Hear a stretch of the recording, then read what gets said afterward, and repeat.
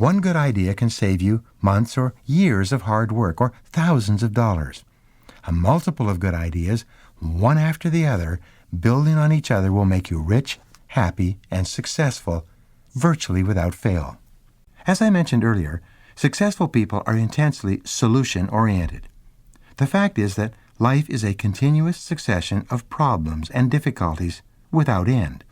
This river of problems is only interrupted by the occasional crisis, which makes the problems seem small in comparison. In fact, if you are living a busy life, you will probably experience a crisis of some kind every 2 to 3 months throughout your life. You will have business crises, family crises, financial crises, health crises, and other crises. The problems and crises never stop. They keep coming like the waves of the ocean. The only thing you can control is your responses to these problems and crises, and therein lies the key to your success. Successful people respond effectively to problems. Ineffective people do not. Successful people take a deep breath, relax, and think clearly. They look for the good in every situation. They seek the valuable lesson. Above all, they focus on the solution, on what can be done rather than what has happened and who is to blame. There is a methodology that you can use to solve any problem. It requires that you approach the business of problem-solving systematically and in an organized fashion. Just like there is a process for solving mathematical problems, there's a process for solving business and life problems as well, and you can learn it for the rest of your career. Step 1. Define the problem clearly. A problem properly defined is half solved. It's absolutely amazing how much time is wasted floundering around looking for a solution when no one is quite clear about the problem. Step 2. Ask, what are all the possible causes of this problem? Look for both the obvious and the not-so-obvious causes of the problem. How did it begin? What are its origins? What triggered it in the first place? What is the critical variable that changed to cause the problem to happen? What assumptions were made that led to the problem? Just like a doctor conducting an intensive examination on a sick patient, you should thoroughly dissect the problem before you attempt to solve it. Step 3. Ask, what are all the possible solutions? Avoid the natural tendency of most human beings to leap from a problem definition to a conclusion regarding a solution of some kind. Always ask, what else is the solution? Sometimes the best solution is to do nothing at all. Sometimes the best solution is to gather more information. Sometimes the best solution is to realize that this is not your problem and pass it on to someone else whose responsibility it is. Step 4. Once you have identified several possible solutions, ask, what must this solution accomplish? The only way that you can judge the attractiveness of a solution is to determine in advance what you want the solution to accomplish. You've heard it said that the operation was a success, but the patient died. It's very common for us to initiate a solution and implement it, but the problem is not only not solved, but it is worse than it was before we took action in the first place. Be sure that the solution you select will accomplish the purpose you had in mind when you started the problem-solving exercise in the first place. Step 5. Once you have decided on the ideal solution, assign specific responsibility or take responsibility yourself for implementing the solution. Set a deadline for implementation. Set a measure by which you can determine if the solution has been effective. A problem-solving discussion that does not lead to agreement on a specific solution, accompanied by the assignment of personal responsibility and a deadline, is a problem that will come back over and over again without resolution. Practice this systematic method of dealing with a problem over and over until it becomes a habit of thinking. You will be amazed at how much more effective you become and how much better your results will be using this method. In studying warfare and battles over the centuries, I've always been fascinated by the situations where a smaller force defeated a numerically superior force. In every case, what I discovered was that the numerically smaller force was far better organized, more methodical, and more orderly in its plan of attack and execution than was the larger, more disorganized force. By the same token, an ordinary person with a system or recipe for problem solving can run circles around highly intelligent or well-educated people who throw themselves at their problems without a method or process for solving them. These two methodologies, mindstorming and the systematic approach, give you a tremendous advantage in mastering the inevitable problems and difficulties of life. Always be sure to think on paper. Write things down. There is something that happens between the brain and the hand when you write. You get a greater sense of clarity and understanding with regard to the issues involved. You think better. Your perception is sharper. You actually become smarter and more creative by the very act of writing everything down as you go along and before you make a decision. One of the most powerful creative thinking exercises you can practice is called scenario planning. In scenario planning, you play down the chessboard of life and you imagine what might happen sometime in the future. Even though the future is largely unknowable, certain trends taking place today will continue into the future. Certain events taking place around you will affect these trends, if not interrupt them in different ways. Completely unexpected events will arise that will require that you change your plans completely. In scenario planning, you ask yourself two questions. First, what are the 3 worst things that could possibly happen in the months or years ahead that would negatively affect my business or my personal life? Write them down. Be brutally honest with yourself. Refuse to wish or hope for the best. For example, imagine that your best customer went out of business or was unable to pay you for the products or services that you had sold to him. What would you do? How would you react? What steps could you take to guard against this eventuality? Next, ask yourself, what are the 3 best things that could possibly happen to me in the months and years ahead? With your answers to either of these questions, you can use mindstorming to prepare yourself for any eventuality. If it is a potential setback, ask yourself, how could we guard against this setback? Then, generate 20 answers to this question. If it's a possible opportunity, ask yourself, how could we increase the likelihood of this opportunity taking place, or take advantage of this opportunity as it is today? Write out 20 answers to this question as well. Each time you ask yourself one of these questions, like an electric spark, you will trigger ideas and insights. The more you think about these key questions, the more you will activate your superconscious mind to give you insights and flashes of inspiration that will enable you to seize opportunities or to avoid dangers. One of the most important parts of your personal philosophy should revolve around the development of options. The rule is, you are only as free as your well-developed alternatives. If your goal is to be happy, successful, and free, you must have choices. There must be more than one thing that you can do in every situation. You can never allow yourself to be trapped with only one course of action open to you. From the time you take your first job, make your first investment, or embark on any part of life, you should immediately begin to develop an alternative to that if something should go wrong. Frederick von Bismarck, the Iron Chancellor of 19th century Germany, was considered to be the finest statesman of his age. He was able to juggle competing nations, principalities, and powers against each other in the process of forming Germany into a unified national state. His political life was an endless process of negotiating back and forth, winning and losing, time after time. Bismarck was famous for always having a backup plan completely developed before he began negotiations on his main plan. This became known as a Bismarck plan, or a Plan B. You should always have a Plan B for the important parts of your business and personal life as well. What is your Plan B? What is your backup plan if your current job, career, industry, or course of action does not work out successfully?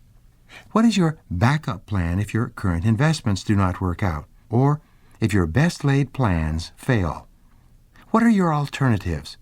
What would you do if you found yourself out on the street tomorrow, or in the position of having to start over? The more options you have, the greater mental freedom you have as well. The more alternatives you have thought through and developed, the greater power you will have in any situation.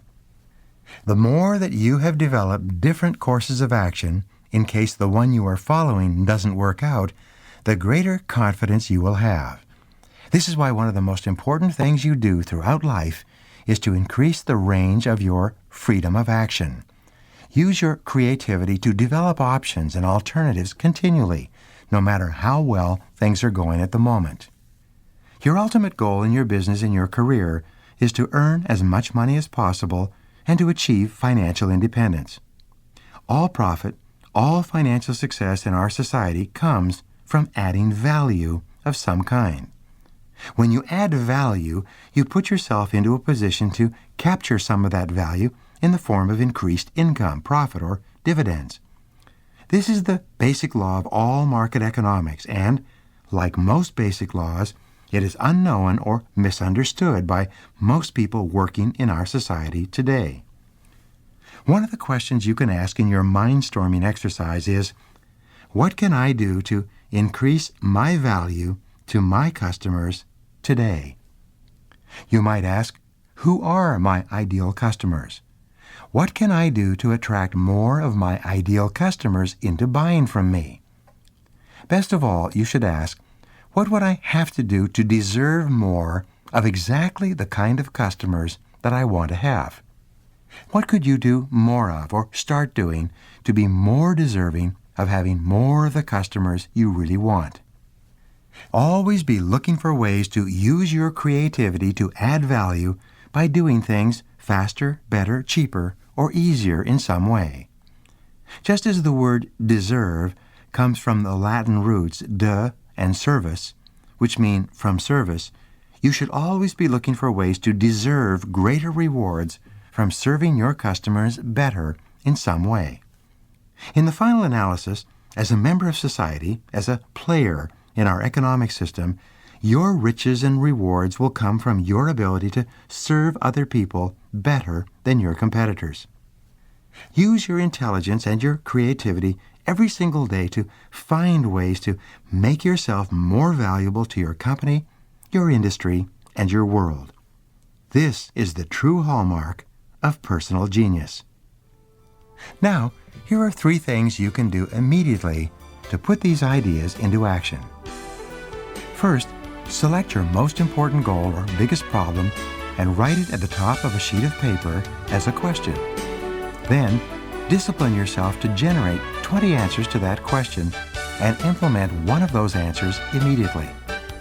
Second, approach every problem systematically by defining it clearly, developing possible solutions, making a decision, and then implementing the solution as soon as possible. And third, identify the best and worst things that could happen to you in the months ahead. Determine what you could do to reduce the effects of the worst outcomes and maximize the benefits or the likelihoods of the best outcomes.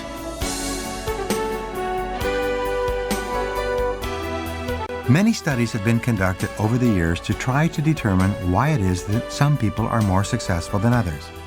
Hundreds and even thousands of salespeople, staff, and managers have been interviewed, tested, and studied in an attempt to identify the common denominators of success. One of the most important success factors discovered over and over again is the quality of action orientation. Successful people are intensely action-oriented. They seem to move faster than unsuccessful people. They are busier. They try more things, and they try harder. They start a little earlier, and they stay a little later. They are in constant motion. Unsuccessful people, on the other hand, start at the last moment necessary and quit at the first moment possible. They are fastidious about taking every minute of coffee breaks, lunch hours, sick leave, and vacations. They sometimes brag, "When I'm not at work, I never even think about it." We used to have an employee who was always late. When we spoke to him about this, he explained that his reason for being late was the traffic. We suggested to him that he leave earlier so that the traffic would not be a problem. He was shocked. He said, "But if I left earlier and there was no traffic, I might arrive at work earlier than my starting time. I couldn't possibly do that." Needless to say, we soon let him go and hired someone else with a greater sense of responsibility and commitment. We heard later that he has continued on with the endless round of part-time jobs and unemployment that has marked his career throughout his life. His attitude of doing the very least possible and starting at the last possible moment has set him up for failure time and time again. In his famous essay, Compensation, Ralph Waldo Emerson wrote that you will always be compensated in life in direct proportion to the value of your contribution. If you want to increase the size of your rewards, you must increase the quality and quantity of your results. If you want to get more out, you have to put more in. And there is no other way. Napoleon Hill found that the key quality of successful men and women, most of whom started at the bottom, many of them penniless, was that early in life they developed the habit of going the extra mile. They discovered, as the old saying goes, that there are never any traffic jams on the extra mile. In one study of self-made millionaires, researchers interviewed thousands of men and women who had started with nothing and who had accumulated more than $1 million in the course of their careers. These self-made millionaires almost unanimously agreed that their success was the result of always doing more than they were paid for. They had made it a habit from their first jobs to always put in more than they took out. They were always looking for ways to contribute beyond what was expected of them. When I speak to a graduating class of business students, they often ask me, usually with some concern, if I can give them some suggestions or ideas on what they can do to be successful in the world of work. I always give them the same advice. It worked for me when I was a young man, and it works for everybody at every stage of his or her career. My advice consists of two parts. First, as soon as you get settled in at your new job and you're on top of your work, go to your boss and tell him or her that you want more responsibility. Tell him or her that you are determined to make the maximum contribution possible in this organization and that you would very much like more responsibility whenever it becomes available. When I first started doing this as a young executive with a large corporation, my boss nodded and smiled and thanked me for my interest. But nothing happened, at least for a while. Every few days I would report to my boss and mention in parting that I wanted more responsibility. After a few weeks of this, my boss gave me a project to study and evaluate. I jumped on it like a dog jumping on a bone and ran off. I worked day and night and throughout the weekend, tearing that project apart, gathering research, reassembling the details, and putting together a report and a proposal. On Monday morning, I was back to my boss with a complete proposal on the subject. He was obviously surprised. He said there was no rush. I didn't expect anything from you for a week or two. I thanked him for his concern and told him that this project evaluation is complete as you requested, and, by the way, I would really like more responsibility. Things began to change for me very soon after that project evaluation. A week later, I was given another small task completely outside my range of duties. Again, I grabbed the task and completed it to the best of my ability. A week or two later, my boss gave me another task, and then a week later, still another task. In every case, whatever it was, whether I knew anything about it or not, I immediately went to work on it, often on my own time and on the weekends. I would get it done and back to my boss as fast as I could. This brings me to my second piece of advice for anyone who wants to be successful in his or her career. Once you get the responsibility that you have asked for, complete it quickly and well, and get it back to your boss as fast as you can, as though it was a grenade with the pin pulled out. Move quickly. Don't delay. It's absolutely amazing the positive impression you will make on other people when you keep asking for more responsibility, and when you get the responsibility, you complete the task quickly. Very soon, my boss had marked me down as the go-to guy. Whenever something came up that he needed handling immediately, he called me rather than any of the other executives, some of whom had been working there for several years. In no time, I began to move up in the organization. One day, he threw me a task like a football to a tight end in a close game, which I caught and ran with for a touchdown. By acting quickly, flying 1,000 miles, and working day and night, I discovered a fraud and saved the company $2 million. If I had delayed even a couple of days, the money would have been lost forever. After that success, the dam broke. First, I was given a large assignment, then responsibility for an entire new division, then another division, and then a third. By the time I had been working for that company for 2 years, I was running 3 divisions involving almost $50 million worth of business activities and managing a staff of more than 50 people in 3 offices. Meanwhile, my co-workers were still coming in at 9 o'clock sharp, going for lunch with each other, and quitting at 5 o'clock to go for drinks at the bar.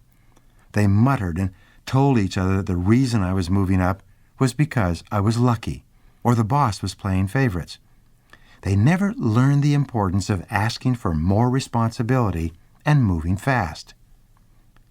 The retiring president of the U.S. Chamber of Commerce many years ago told a story at his going-away dinner. He had become one of the most respected business people in America and overseas. He had developed the kind of reputation for high-quality work that every person in business dreams of having. He said that when he was a young man, unsuccessful and frustrated, he came across a saying written on a brown lunch bag and posted on a high school bulletin board. As he passed the bulletin board, something caused him to stop, and he read the words on the lunch bag. They said, "Your success in life will be in direct proportion to what you do after you do what you are expected to do." He told the audience that these words changed his life. Up to that time in his career, he felt that he was doing a good job because he was doing what he had been told to do, what he was expected to do. But from that point onward, he resolved that he would do far more than what was expected of him. He resolved that he would always go the extra mile and do more than he was paid for. From that day onward, for the rest of his career, he got up a little earlier, worked a little harder, and stayed a little later. He moved faster from task to task and from customer to customer. And here is what always happens. The faster he moved, the more experience he got. The more experience he got, the better he got at his job. The better he got at his job, the better results he got in the same period of time. In no time at all, he was being paid more and promoted faster. By moving faster and always doing more than expected, he had shifted onto the fast track in his career and began moving ahead rapidly. He was soon promoted into a new department, then hired into a new industry, and given a new area of responsibility. In each case, he had one strategy: do more than you're paid for. Do more than others expect. Go the extra mile. Get busy, get going, take action. Don't waste time. And he never looked back. Thomas Jefferson wrote, "Determine never to be idle. No person will have occasion to complain of the want of time who never loses any. It is wonderful how much may be done if we are always doing." Later he wrote, "The rising sun has never caught me in bed in my entire life." Here's an important point. The time is going to pass anyway. The weeks, months, and years of your life are going to go by in any case. The only question is, what are you going to do with this time? Since the day is going to go past in any case, why not start a little earlier, work a little harder, and stay a little later? Why not put yourself on the side of the angels? Why not develop a reputation as the go-to guy or gal who everyone looks to when they need to get something done quickly and well? This will do more to put your foot on the accelerator of your career than anything else you can imagine. There's a key to high income called the momentum principle of success. This principle says that it takes considerable energy to get yourself into motion and moving, but it takes much less energy to keep yourself moving once you get going. This momentum principle explains success as much as any other factor. Successful people are busy people. They get up and they get going and they keep going all day long. They work all the time they work. They're constantly in motion like moving targets. Successful people plan their days and hours and even their quarter hours very carefully. In every study, there seems to be a direct relationship between tight time planning and high income. The highest paid professionals in our society, from whom come fully 25% of self-made millionaires in America, are lawyers, doctors, and other medical professionals. Every one of them manages their time in terms of minutes spent on each case or with each patient. The people who earn the very least in our society are those who think of their time in terms of the day, the week, the month, or even the year. They have no problem wasting the first half of the day. They justify this by saying they will catch up in the afternoon. Sometimes they waste the first couple of days of the week. They think that they will catch up later on in the week. Sometimes they waste the first 1 or 2 weeks of the month. I've worked with countless sales organizations over the years. Fully 80% of the salespeople in these organizations, all of whom work on monthly quotas, take it easy for the first 3 weeks of the month and then suddenly go into a state of frantic activity during the last week, working desperately to make enough sales to hit their quotas. But not the top people. The top people work on the first day of the month with the same focus and intensity that they worked on the last day of the previous month. They hit the road running like the road runner, with his legs moving under him. They put the pedal to the metal at 7 or 7:30 in the morning. They beat the rush hour traffic by getting in before anyone else. And they beat the rush hour traffic in the evening by staying and working long after everyone else has rushed out to sit on the freeway. Mentally and physically, the faster you move, the more energy you have. The faster you move, the more positive you feel. The faster you move, the happier you are. The faster you move, the more enthusiastic and creative you become. The faster you move, the more you get done, and the more you get paid, and the more successful you feel. Apply the momentum principle to your life. Once you start going, keep going. Alan Lakin, the time management specialist, said, "Fast tempo is essential to success." Tom Peters said that all successful people have a bias for action. The key to getting more things done is for you to select your most important task and then to start it with a sense of urgency. This is the real key to success and high achievement. Now, here are 3 things you can do immediately to put these ideas into action. First, resolve today to pick up the pace in your life. Move faster from task to task. Walk quickly. Develop a higher tempo of activity. Second, imagine you were going away tomorrow for a month and you had to get caught up on everything before you left. Work as hard and as fast as you do just before you leave for vacation. Third, practice tight time planning. Imagine that you only had half the time available to get the job done and work with a sense of urgency all day long.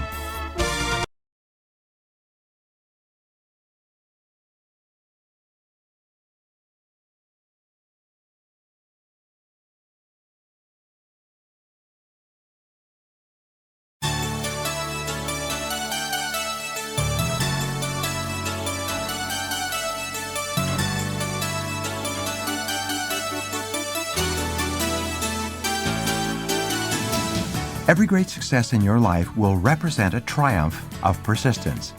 Your ability to decide what you want, to begin, and then to persist through all obstacles and difficulties until you achieve your goals is the critical determinant of your success in life. And the flip side of persistence is courage. Perhaps the greatest challenge that you'll ever face in life is the conquest of fear and the development of the habit of courage. Winston Churchill once wrote, "Courage is rightly considered the foremost of the virtues, for upon it all others depend." Fear is and always has been the greatest enemy of mankind. When Franklin D. Roosevelt said, "The only thing we have to fear is fear itself," he was saying that the emotion of fear, rather than the reality of what we fear, is what causes us anxiety, stress, and unhappiness. When you develop the habit of courage and unshakable self-confidence, a whole new world of possibilities opens up for you. Just think, what would you dare to dream or be or do if you weren't afraid of anything in the whole world? Fortunately, the habit of courage can be learned just as any other success skill is learned.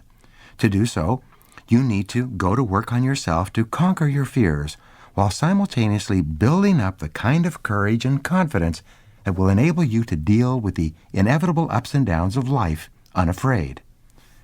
Syndicated columnist Ann Landers wrote these words. She said, "If I were asked to give what I consider to be the single most useful bit of advice for all humanity, it would be this. Expect trouble as an inevitable part of life, and when it comes, hold your head high. Look it squarely in the eye and say, 'I will be bigger than you. You cannot defeat me.'" This is the kind of attitude that leads on to victory. The starting point in overcoming fear and developing courage is first of all to look at the factors that predispose us toward being afraid. As we know, the root source of fear is childhood conditioning, usually destructive criticism from one or both parents, that causes us to experience two types of fear. These are, first of all, the fear of failure, which causes us to think, "I can't, I can't, I can't." And second, the fear of rejection, which causes us to think, "I have to, I have to, I have to." Because of these fears, we become preoccupied with the fears of losing our money, or our time, or our emotional investment in a relationship. We become hypersensitive to the opinions and possible criticisms of others, sometimes to the point where we're afraid to do anything that anyone else might disapprove of. Our fears tend to paralyze us, holding us back from taking constructive action in the direction of our dreams and goals. We hesitate. We become indecisive. We procrastinate. We make excuses and find reasons to delay. And finally, we feel frustrated, caught in the double bind of, "I have to, but I can't," or "I can't, but I have to." Fear can be caused by ignorance. When we have limited information, we may be tense and insecure about the outcome of our actions. Ignorance causes us to fear change, to fear the unknown, and to avoid trying something new or different. But the reverse is also true. The very act of gathering more information and experience in a particular area gives us more courage and confidence in that area. There are parts of your life where you have no fears at all because you have mastered that area, like driving a car, or skiing, or selling, or managing. Because of your knowledge and experience, you feel completely capable of handling whatever happens. You have no fears. Another factor that causes us fear is illness or fatigue. When we are tired or unwell, or when we are not physically fit, we are more predisposed to fear and doubt than when we are feeling healthy and happy and energetic. Sometimes you can totally change your attitude toward yourself and your potential by simply getting a good night's sleep, or taking a vacation long enough to completely recharge your mental and emotional batteries. Rest and relaxation build courage and confidence as much as any other factors. Here's an important point. All intelligent people are afraid of something. It is normal and natural to be concerned about your physical, emotional, and financial survival. The courageous person is not a person who is unafraid. As Mark Twain said, courage is resistance to fear, mastery of fear, not absence of fear. It is not whether or not you are afraid. We are all afraid. The question is, how do you deal with the fear? The courageous person is simply one who goes forward in spite of the fear. And here is something else that I have learned. When you confront your fears and move toward what you're afraid of, your fears diminish, while at the same time, your self-esteem and self-confidence increases. However, when you avoid the thing you fear, your fears grow until they begin to control every aspect of your life. And as your fears increase, your self-esteem, your self-confidence, and your self-respect diminish accordingly. As the actor Glenn Ford once said, "If you do not do the thing you fear, the fear controls your life." Once we've recognized the factors that can cause fear, the next step in overcoming fear is to sit down and take the time to objectively identify, define, and analyze your own personal fears. At the top of a clean sheet of paper, write the question, "What am I afraid of?" Begin filling out your list of fears by writing down everything, major and minor, over which you experience any anxiety. Start with the most common fears, the fears of failure or loss, and the fears of rejection or criticism. Some people, dominated by the fear of failure, invest an enormous amount of energy justifying or covering up their mistakes. They cannot deal with the idea of making a mistake. Others, preoccupied by the fear of rejection, are so sensitive to how they appear to others that they seem to have no ability to take independent action at all. Until they are absolutely certain that someone else will approve, they refrain from doing anything. Once you've made a list of every fear that you think may be affecting your thinking and your behavior, organize the items in order of importance. Which fear do you feel has the greatest impact on your thinking or holds you back more than any other fear? Which fear would be number 2? What would be your third major fear, and so on? With regard to your predominant fear, write the answers to these 3 questions. Number 1, how does this fear hold me back in life? Number 2, how does this fear help me, or how has it helped me in the past? And number 3, what would be my payoff for eliminating this fear? Some years ago, I went through this exercise, and I concluded that my biggest fear was the fear of poverty. I was afraid of not having enough money, of being broke, perhaps even being destitute. I knew that this fear had originated during my childhood because my parents, who grew up during the Depression, had continually worried about money. My fear was reinforced when I was broke at various times during my 20s. I could objectively assess the origins of this fear, but it still had a strong hold on me. Even when I had sufficient money for all my needs, this fear was always there. My answer to the first question, how does this fear hold me back, was that it caused me to be anxious about taking risks with money. It caused me to play it safe with regard to employment. And it caused me to choose security over opportunity. My answer to the second question, how does this fear help me, was that in order to escape the fear of poverty, I had developed the habit of working much longer and harder than the average person. I was more ambitious and determined. I took more time to study and learn about the various ways that money could be made and invested. The fear of poverty was, in effect, driving me toward financial independence. When I answered the third question, what would be my payoff for overcoming this fear, I immediately saw that I would be willing to take more risks. I would be more aggressive in pursuing my financial goals. I could and would start my own business, and I would not be so tense and concerned about spending too much or having too little. Especially, I would no longer be so concerned about the price of everything. By objectively analyzing my biggest fear in this way, I was able to begin the process of eliminating it, and so can you. You can begin the process of developing courage and eliminating fear by engaging in actions consistent with the behaviors of courage and self-confidence. Anything that you practice over and over eventually becomes a new habit. You develop courage by behaving courageously whenever courage is called for. Here are some of the activities you can practice to develop the habit of courage. The first and perhaps most important kind of courage is the courage to begin, to launch, to step out in faith.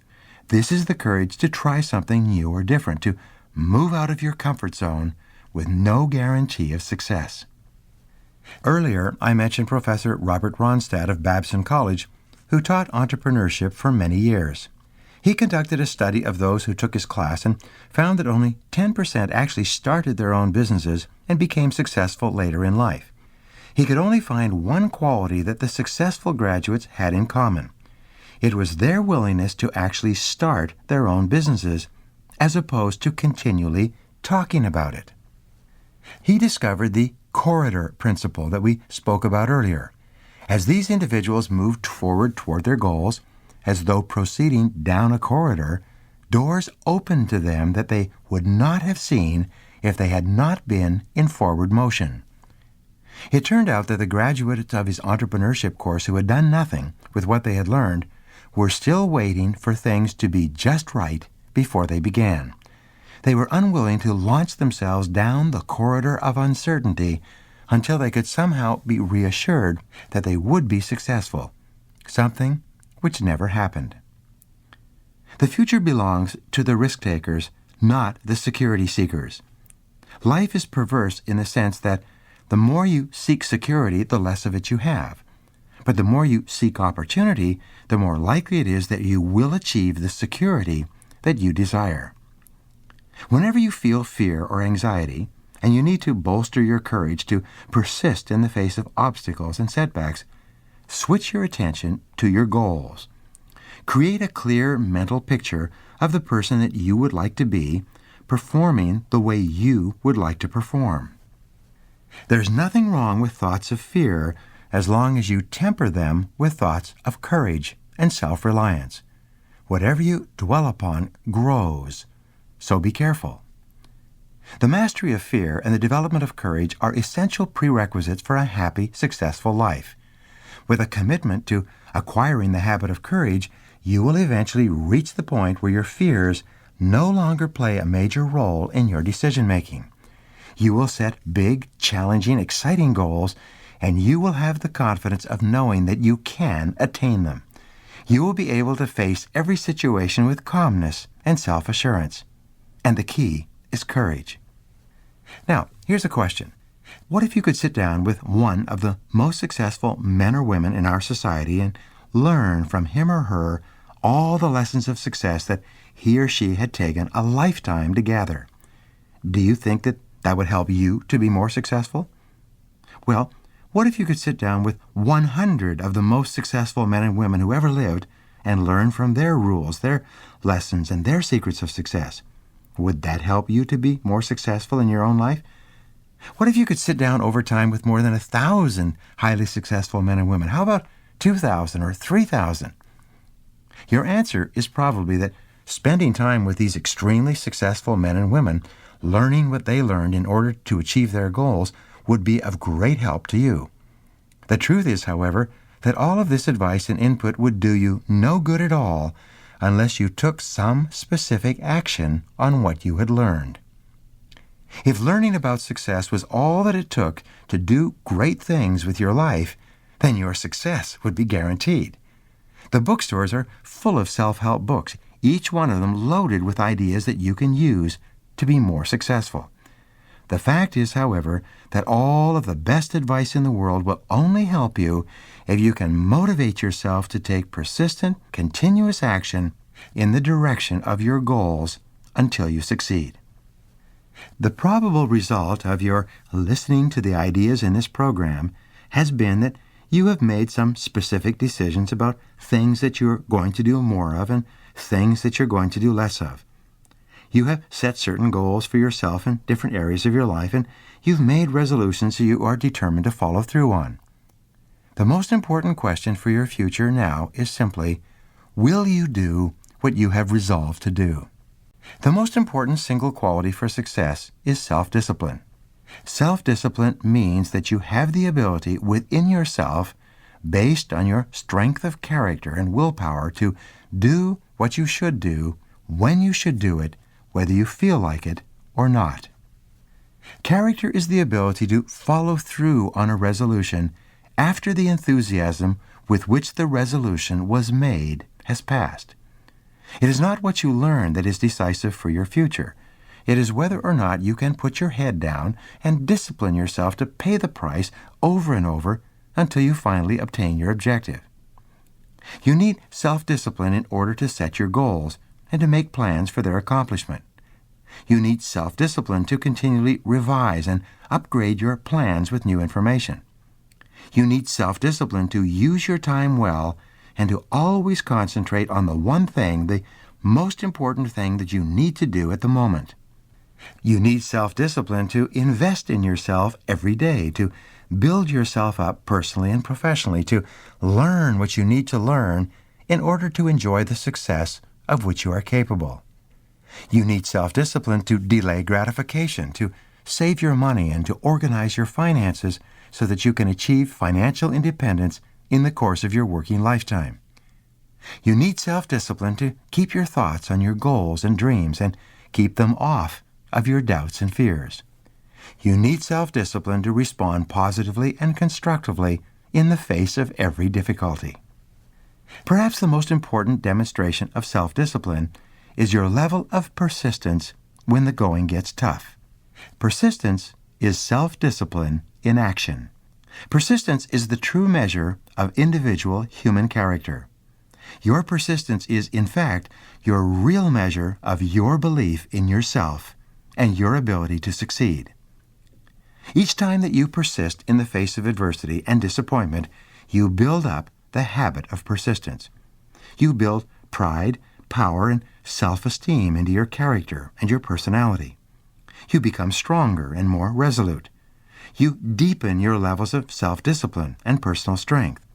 You develop in yourself the iron quality of success, the one quality that will carry you forward and over any obstacle that life can throw in your path. The history of the human race is the story of the triumph of persistence. Every great man or woman has had to endure tremendous trials and tribulations before reaching the heights of success and achievement. This endurance is what made them great. Winston Churchill is considered by many to have been the greatest statesman of the 20th century. Throughout his life, he was known and respected for his courage and persistence.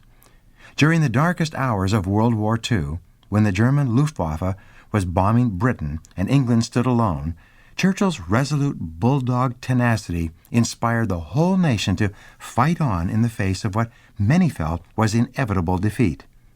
John F. Kennedy said of his speeches that Churchill marshaled the English language and sent it forward into battle. One of the greatest speeches in the annals of persistence was Churchill's address to the nation on June 4, 1940, which ended with these words. He said, "We shall not flag or fail. We shall fight in France. We shall fight on the seas and oceans. We shall fight with growing confidence and growing strength in the air. We shall defend our islands, whatever the cost may be. We shall fight on the beaches. We shall fight on the landing grounds. We shall fight in the fields and the streets. We shall fight in the hills. We shall never surrender." In the later years of his life, Churchill was asked to address a class at his old preparatory school. They asked him if he would share with the young people present what he believed to be the secret of his great success in life. He stood before the assembly, leaning on his cane, shaking a little, and said with a strong voice, "I can summarize the lessons of my life in 7 words. Never give in. Never, never give in." What Churchill found, and what you will discover as you move upward and onward toward your goals, is that persistence is the one quality that guarantees that you will eventually win through. Calvin Coolidge, a president who was so reluctant to speak in public that he was given the nickname of Silent Cal, will go down in history for his simple but memorable words on this subject. He wrote, "Press on. Nothing in the world can take the place of persistence. Talent will not.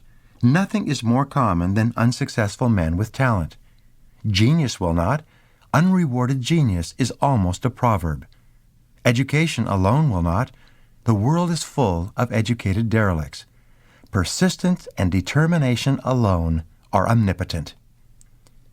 Successful business people and entrepreneurs are all characterized by indomitable willpower and unshakable persistence.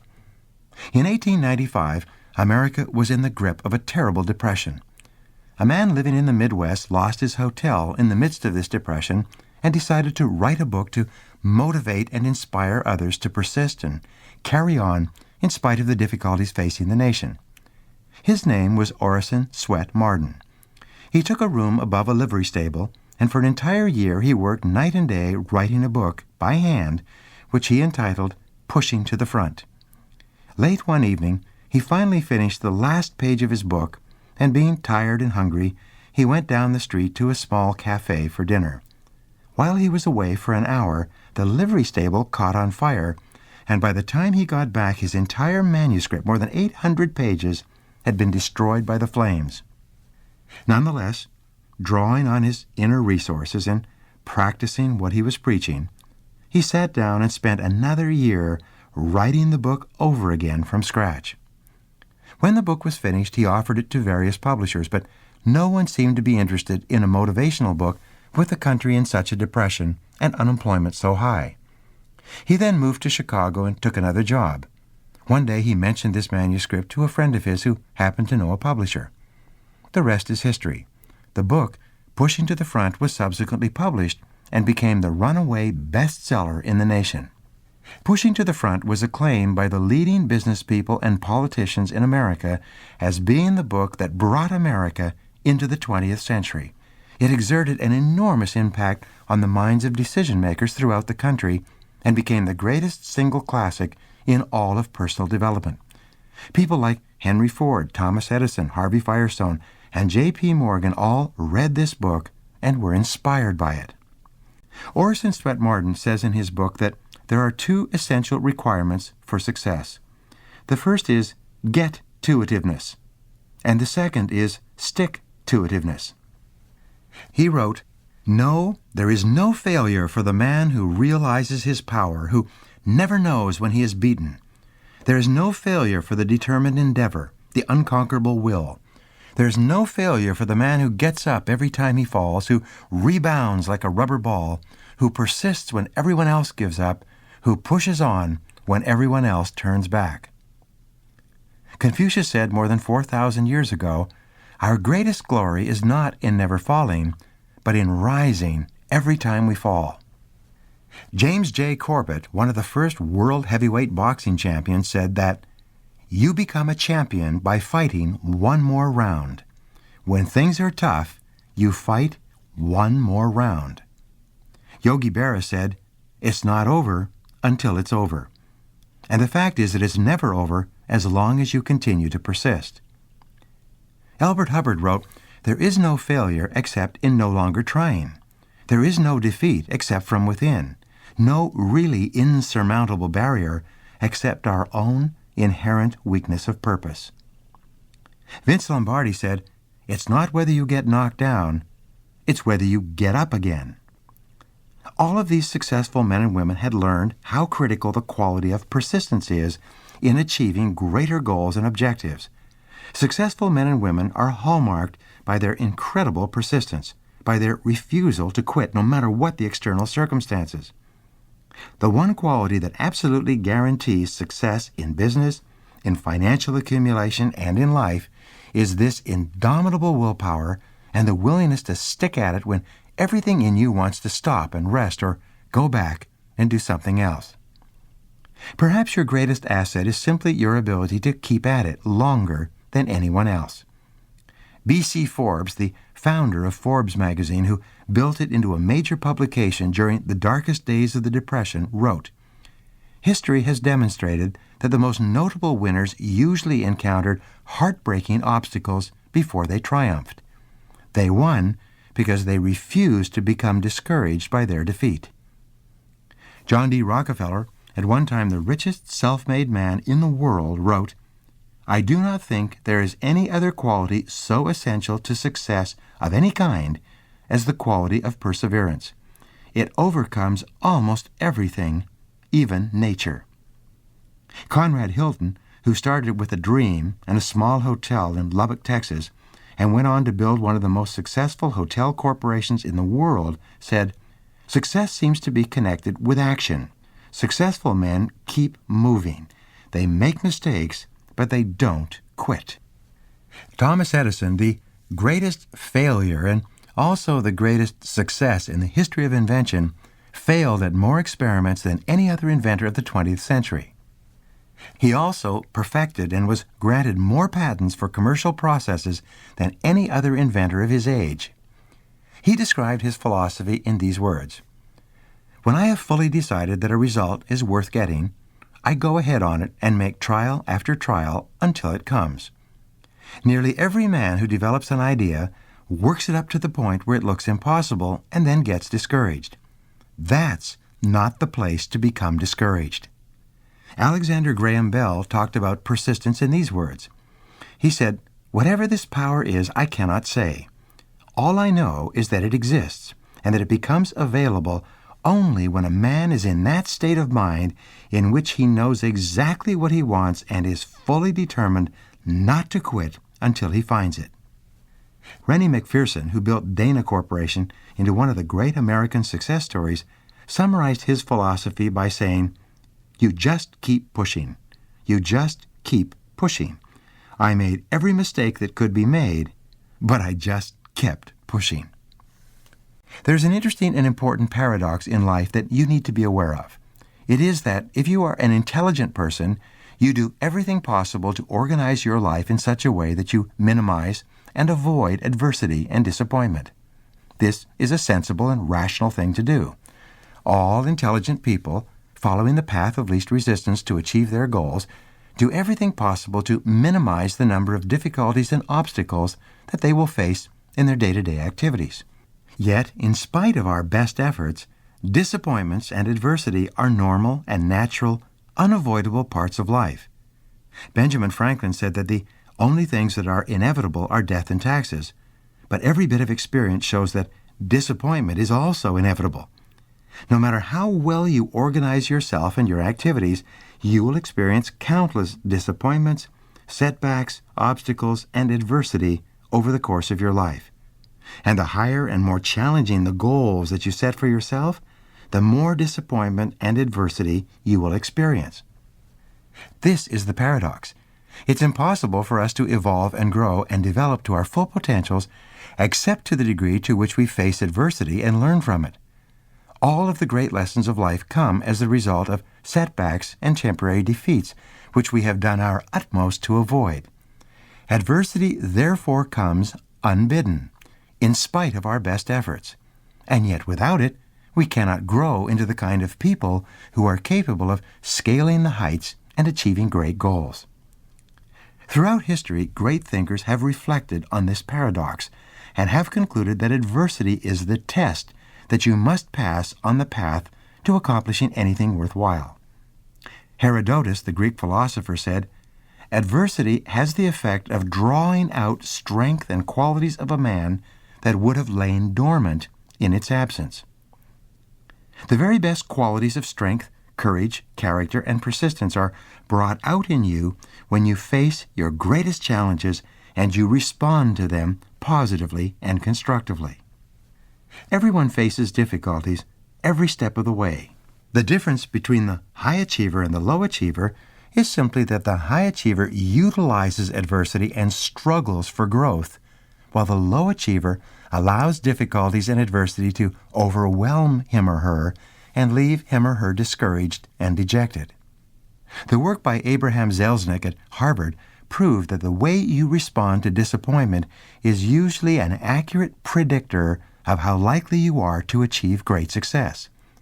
If you respond to disappointment by learning the very most from it, and then by putting it behind you and pressing forward, you are very likely to accomplish great things in the course of your life. This is another remarkable discovery. Your greatest successes almost invariably come one step beyond when everything inside of you says to quit. Men and women throughout history have been amazed to find that their great breakthroughs came about as a result of persisting in the face of disappointment and all evidence to the contrary. This final act of persistence, which is often called the persistence test, seems to precede great achievements of all kinds. H. Ross Perot, who started EDP Industries with $1,000 and who built it into a fortune of almost $3 billion, is one of the most successful self-made entrepreneurs in American history. He said this, "Most people give up just when they are about to achieve success. They quit on the 1-yard line.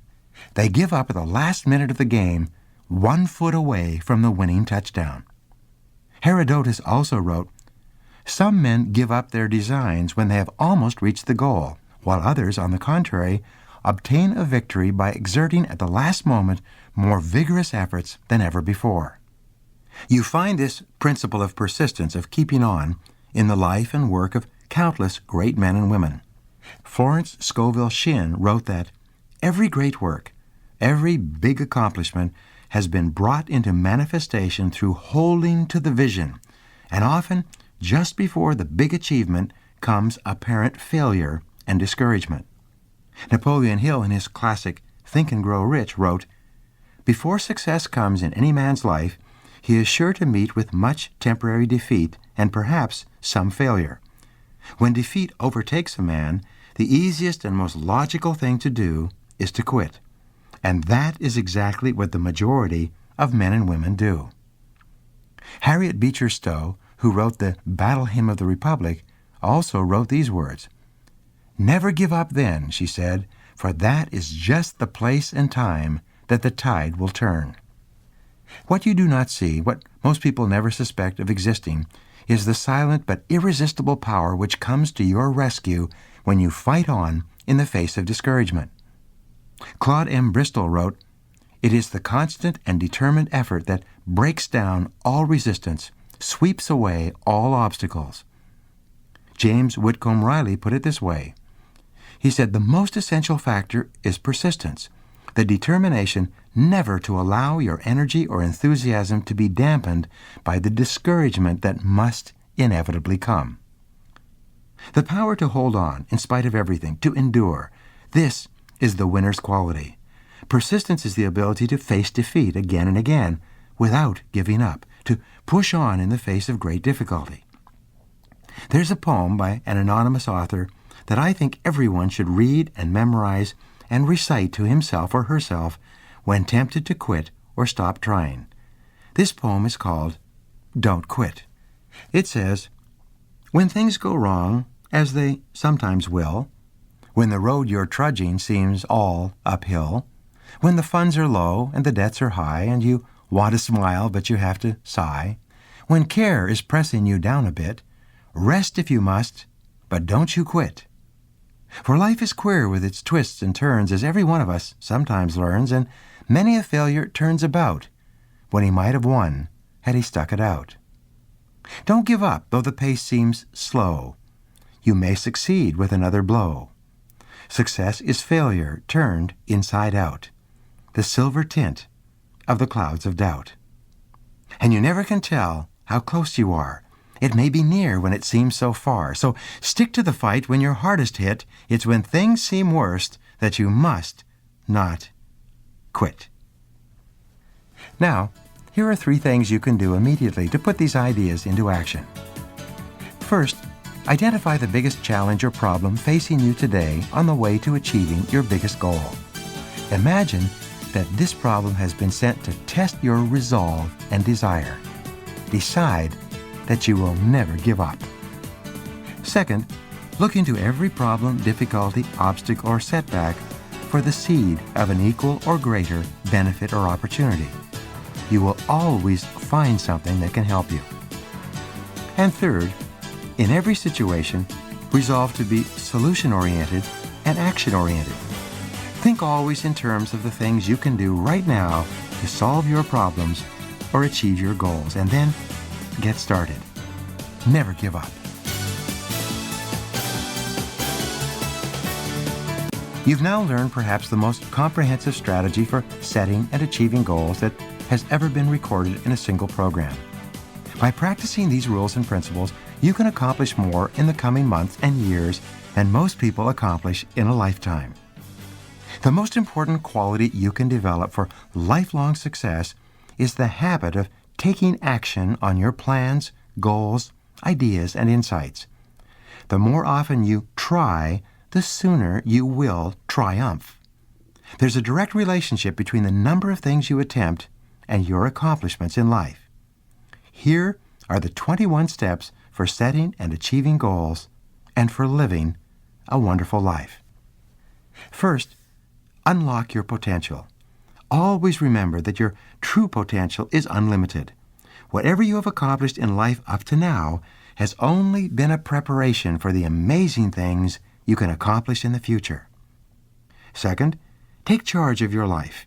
You are completely responsible for everything you are today, for everything you think, say, and do, and for everything you become from this moment forward. Refuse to make excuses or to blame others. Instead, make progress towards your goals every day. Third, create your own future. Imagine that you have no limitations on what you can do, be, or have in the months and years ahead. Think about and plan your future as if you had all the resources you needed to create any life that you desire. Fourth, clarify your values. Your innermost values and convictions define you as a person. Take the time to think through what you really believe in and care about in each area of your life. Refuse to deviate from what you feel is right for you. Fifth, determine your true goals. Decide for yourself what you really want to accomplish in every area of your life. Clarity is essential for happiness and high-performance living. Sixth, decide upon your major definite purpose. You need a central purpose to build your life around. There must be a single goal that will help you to achieve your other goals more than any other. Decide what that goal is for you and then work on it all the time. Seventh, analyze your beliefs. Your beliefs about your own abilities and about the world around you will have more of an impact on your feelings and actions than any other factor. Make sure that your beliefs are positive and consistent with achieving everything that is possible for you. Eighth, start at the beginning. Do a careful analysis of your starting point before you set off toward the achievement of your goal. Determine your exact situation today and be both honest and realistic about what you want to accomplish in the future.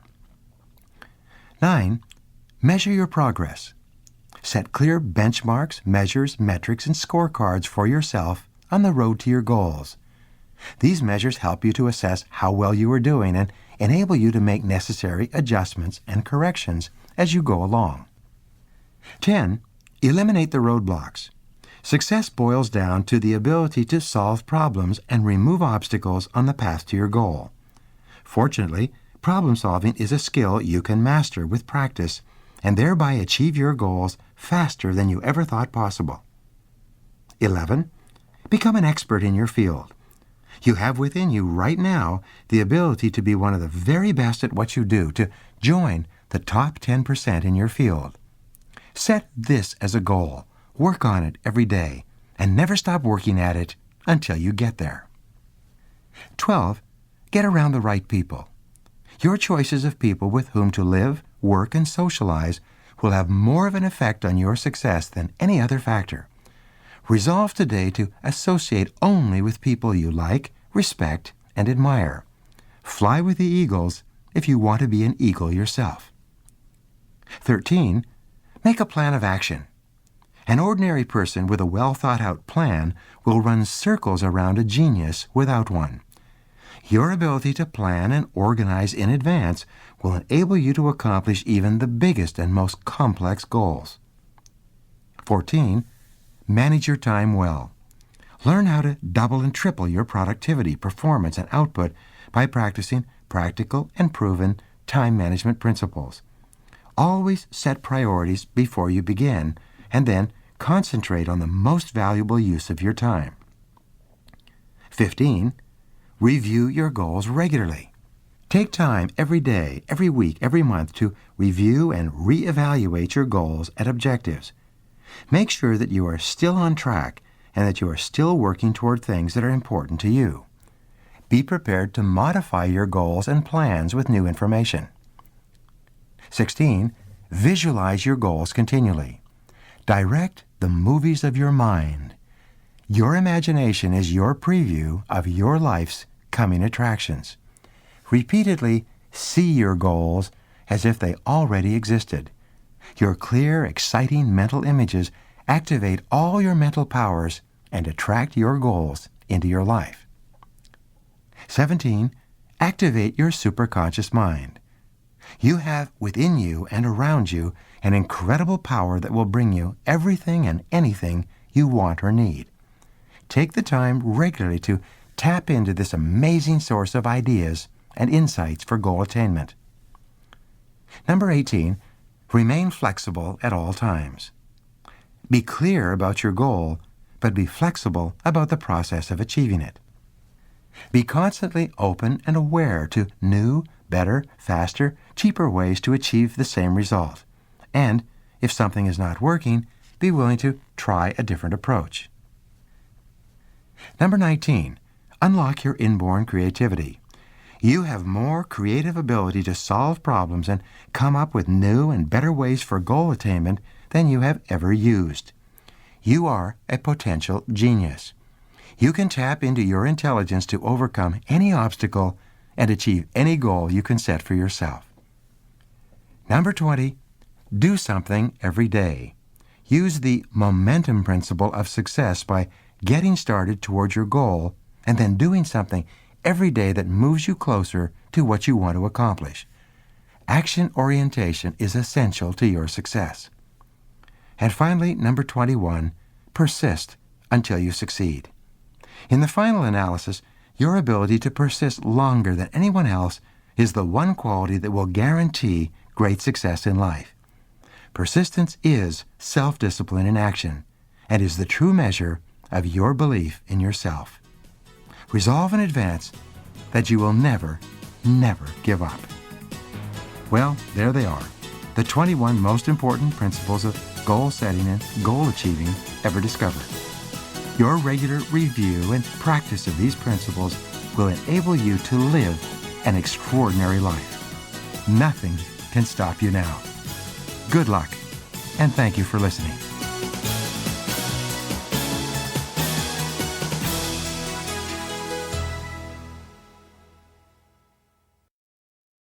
You know, there are people out there who have the things that you want. Great jobs, plenty of money, confidence and security, solid relationships that last. Have you ever wondered if they have some kind of secret weapon that has helped them achieve all these things?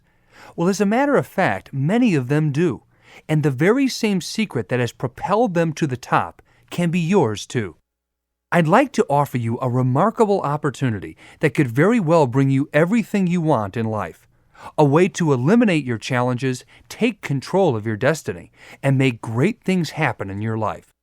This opportunity involves personal guidance from hand-picked and trained individuals who have had years of very successful experience in helping people understand how to fully tap their potential. By participating in this powerful program, you will receive materials designed for your specific needs, along with one-on-one instruction from these trained individuals. Their responsibility will be to assist you, step by step, in establishing and achieving each and every one of your personal and professional goals. You see, we've discovered that most people have personal barriers that hold them back. We've created a very personalized approach that identifies these barriers and breaks them down, clearing the way for enormous personal growth and achievement. Thousands of people have already taken this opportunity and experienced rapid and dramatic life transformations as a result. This is your invitation to be next. If you're committed to the idea of having more, doing better, and living life to the absolute fullest, and you'd like to achieve those goals in record time, then call 1-800